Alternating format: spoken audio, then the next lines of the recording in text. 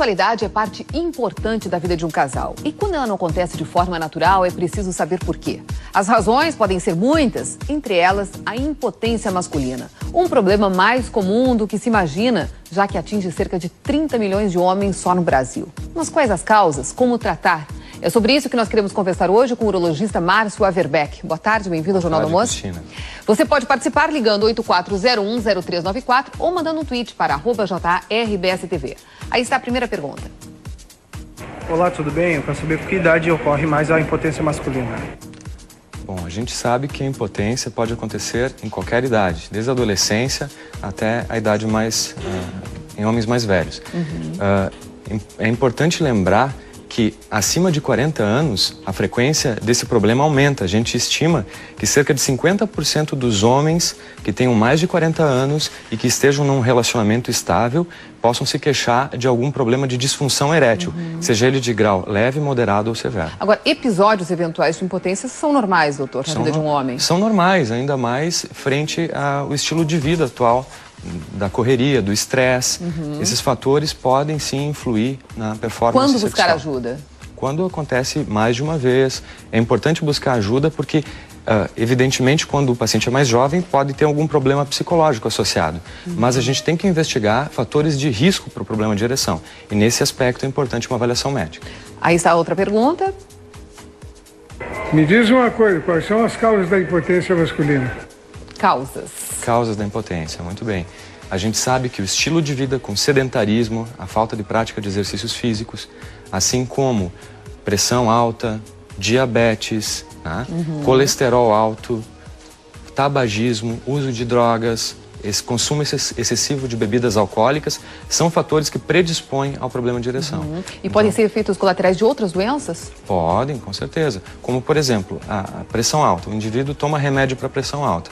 O próprio medicamento tem como efeito colateral, em determinadas circunstâncias, o problema da ereção. Isso não significa que o paciente deve parar de tomar o medicamento, porque a própria pressão alta pode também causar a ereção. Mas nesses casos é importante que o paciente consulte com o seu médico e, quem sabe, troque o medicamento. Nós temos um telespectador ao telefone. Boa tarde, qual é a sua dúvida?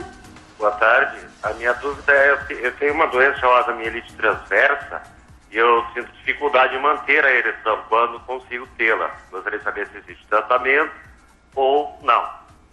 Existe tratamento, sim.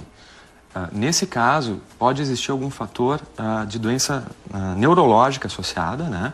E a gente sabe que os medicamentos, tanto via oral quanto os injetáveis, são extremamente efetivos. Há cerca de 15 anos atrás, a gente não tinha um medicamento como a gente tem hoje. Eles representam atualmente uma revolução. Esses medicamentos têm um início de ação em mais ou menos 30 minutos e um tempo de ação de mais ou menos 12 a 36 horas. A gente sabe que atualmente a gente tem, inclusive, comprimidos orodispersíveis, que são bastante discretos. As embalagens parecem de um chiclete, por exemplo. O paciente não precisa nem tomar água, coloca na boca e funciona literalmente como uma bala. No caso, então, o telespectador tem que buscar ajuda de um Buscar médico. ajuda, uma avaliação precisa, né? Tá certo. Aqui tem uma outra pergunta. Olá, tudo bem? Eu queria saber se é comum um jovem sofrer de impotência sexual masculina.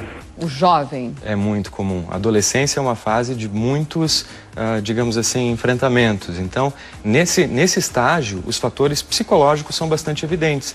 Como, por exemplo, o estresse, depressão, O medo ansiedade. de não agradar a parceira, de repente? Isso mesmo. A impotência dá medo, mas a recíproca também é verdadeira, né? O medo causa impotência sexual, porque vai de encontro ao fenômeno normal da ereção, que é o relaxamento da musculatura no pênis, que faz o aumento do pênis, né?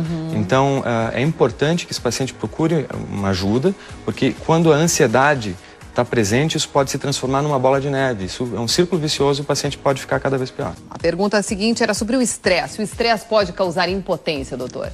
Cristina, em até 70% dos pacientes que se apresentam no consultório com queixa de disfunção erétil, a gente consegue identificar, sim, um fator de estresse.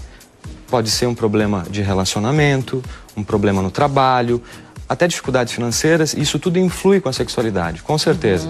Muitas vezes, quando a parceira vem junto, no caso a esposa, a gente pode sim pensar em terapia de casal, que é uma das modalidades de tratamento naqueles casos em que a gente verifica um fator psicológico predominante. Agora, muitas vezes as pessoas, os homens aí usam esses medicamentos para impotência, para aumentar a sua virilidade, enfim, melhorar o seu desempenho sexual. Isso não pode ter algum efeito colateral, doutor? O uso inadvertido desses medicamentos sem prescrição médica não é recomendável. É sempre importante lembrar que a automedicação representa um crime contra si mesmo. Esses medicamentos, eles não são desprovidos de efeitos colaterais. Que efeitos seriam esses? Dor de cabeça, rinite, pressão baixa, que às vezes pode acontecer, calorões, então uma série de efeitos colaterais. E existem contraindicações para o uso desses medicamentos. É por isso que é tão importante procurar uma avaliação médica.